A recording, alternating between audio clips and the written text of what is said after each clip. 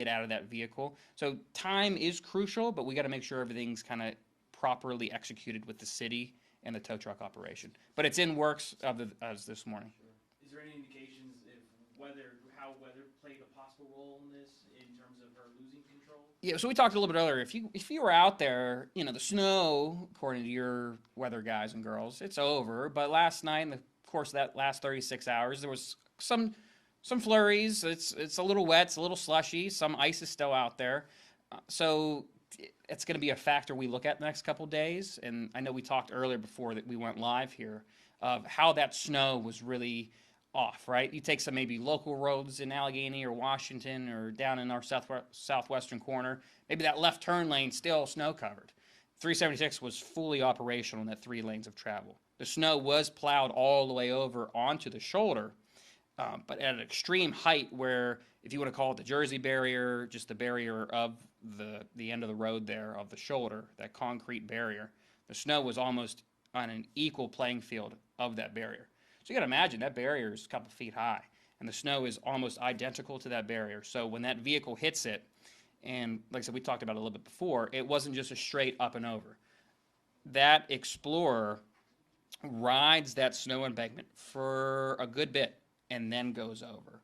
So we're going to have to see how that portion of travel from the far left lane comes all the way over to the right-hand shoulder, rides that snow embankment, and then into the river. So we had to work on what happened in that left lane of travel to cause that kind of path, and that's what we're working on last night, today, and hopefully this weekend as well. You said Ford Explorer. Do you know the color or about color, so if someone may have seen it pass them? I'm going to get that here today. I'll share it with you guys. That way, in my formal release, when this is done, I'll push that out, so you guys will have that too. You had said that she was transported to the hospital and she would die later. Mm-hmm. Was she in fact alive when they pulled her through the water, or was there ongoing advanced life support going on? Or yeah, so they wouldn't have transported her if it was a complete deceased on scene.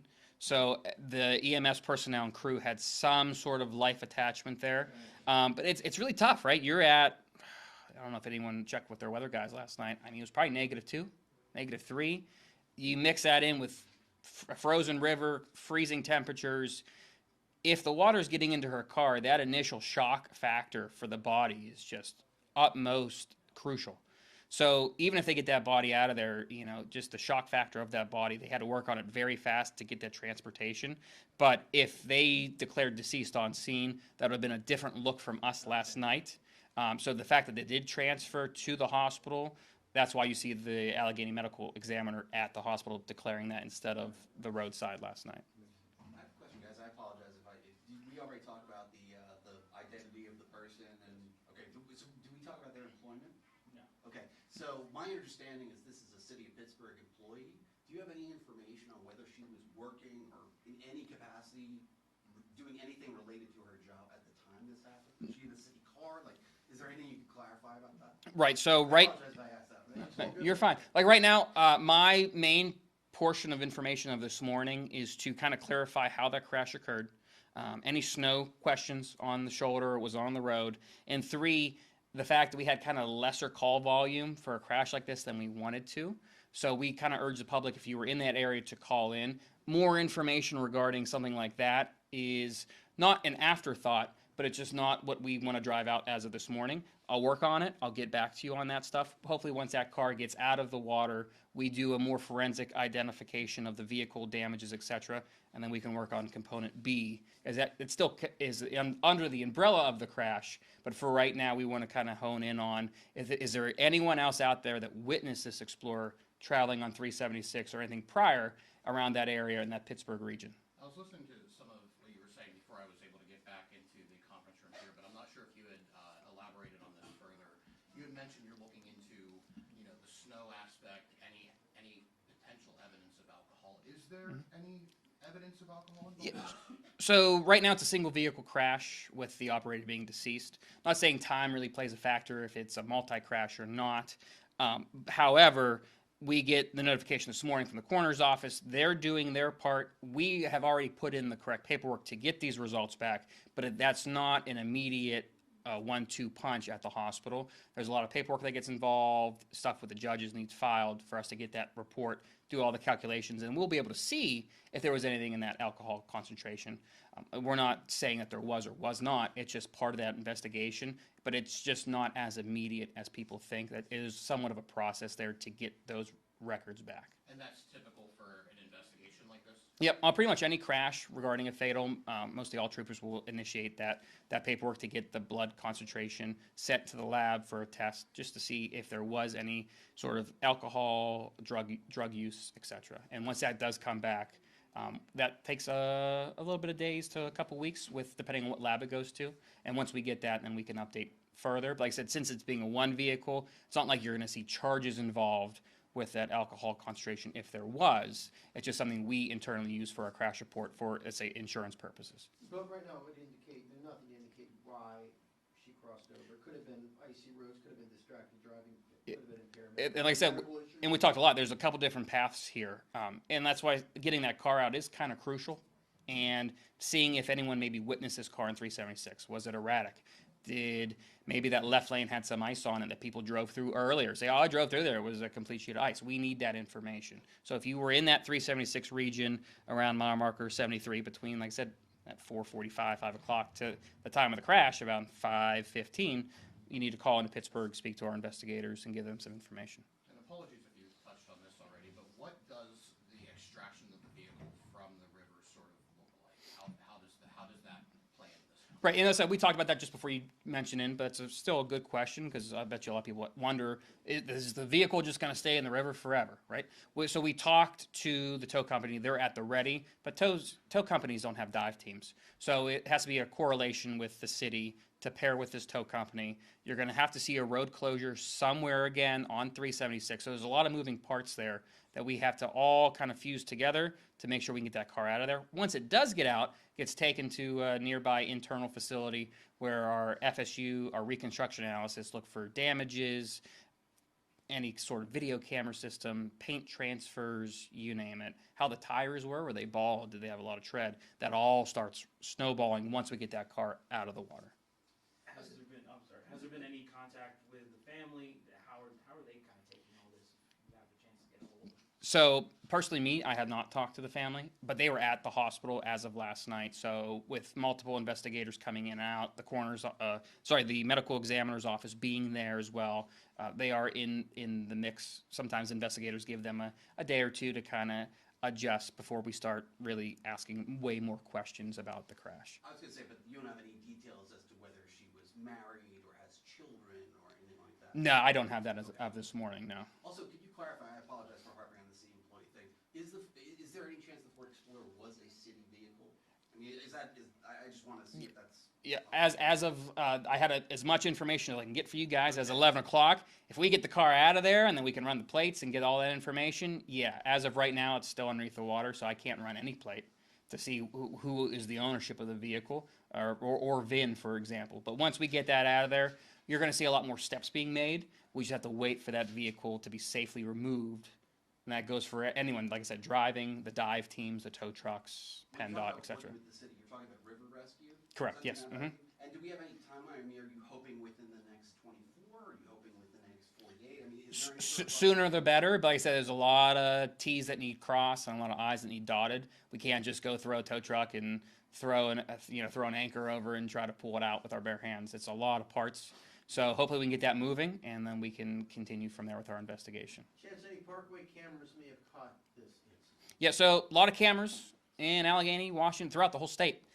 If it's a traffic camera and your personnel at your news stations know this better than anyone, who watch the cameras all day for crashes, traffic analysis, they do not record. Those are live cameras. However, there are some other cameras around that area that we have footage of the vehicles driving down 376. So that's just another aspect of the component of the investigation that we're looking at today to see. We had a really good camera. It cut right before the crash occurred.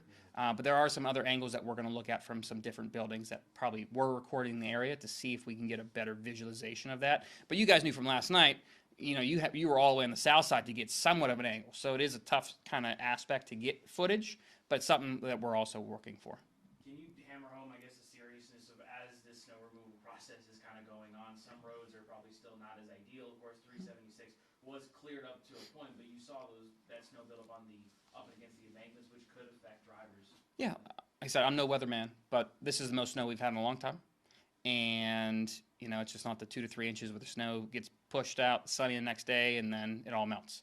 You see a bunch of houses, a bunch of roads still with just piles and piles of snow. But doesn't mean that can't drift back into the roadway, refreeze, re-ice. So just, making sure that your speed is proper for the conditions is the most important. Whether that's us and PennDOT putting out a statement for a restriction on interstate travel speed limits, or local townships or local mayors or officials or alerting drivers of where they're plowing next and maybe what's not as perfect as they want, to watch their speeds as well.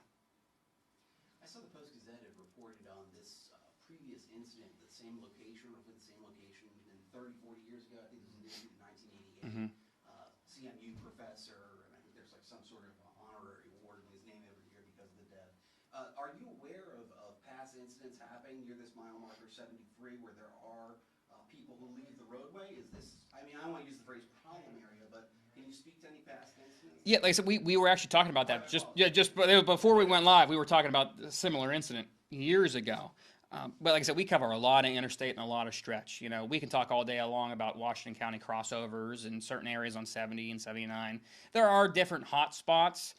I wouldn't classify 2 incidents within 40 years to be a troublesome problem, for example. But it's stuff we look at, and we send our crash reports to PennDOT, and they analyze all that scientific information of what maybe needs improved with signage, speed, and etc. You mentioned at the top of your press conference here that it was about 40 to 60 minutes, and you talked about just, that it was still a successful operation, how, there's really only a couple witnesses who saw this, so you had to flag down somebody to get a call in to you. Just being able to have a dive team, I know it's not, your team specifically, but being able to have a dive team that was out there so quickly to get in those, frigid waters, just your comments on that, just their work here. It kind of just encompasses how Allegheny County and our partnership with all of our different counties really come hand to hand with. Yeah, you're right. We don't have a dive team. We have a boat team, but they're in Erie. So for a quicker response, we do rely on more traditional homeschooled values of, hey, we're good with the city, we're good with this small township. And a lot of people don't realize that, these either fire or EMS personnel, however they're attached to these dive teams, whether it's a city or a local township, is that they train on this stuff all year round. So that continuous amount of training is I think of most importance, to get that call at 5:30 when the call finally comes in 15 minutes later, to get dressed, get all the equipment loaded up. I think you guys' cameras caught it pretty well. That wasn't just an easy boat access. Like, they were almost shifting within like a foot distance with all this equipment. To do that within the time parameters is most crucial. And, we do think it's successful, even though, the outcome is not what we wanted. We wanted everyone to be alive on the end of the crash. But when you look at the whole time parameter and the way they acted so quickly with a terrible spot to kind of release their equipment, they did a phenomenal job last night in, freezing conditions. We had heard the divers had come out of the water and go into some warming vehicles. Would you do an update on the divers, or is that someone else? So, with the city's PIOs, I'd reach out to them with comment on their behalf on status. Talking with them last night and early this morning, I didn't hear of any injury, but I'd reach out to the city's PIOs area to see if there's any issue. But like I said, that's maybe why the extraction of the vehicle is still of a pause or a waiting game, because that water's freezing. It's not like they can be down there all day and take their time. It has to be very precise with how they get in that water. Perfect. Once, twice, sold. All right, thanks, guys. Appreciate it. Thanks, man. Appreciate it. I apologize. I texted you. I came a few minutes late. I got stuck. No, you're good. They had to go live on that. No, I understand. Yeah, I understand.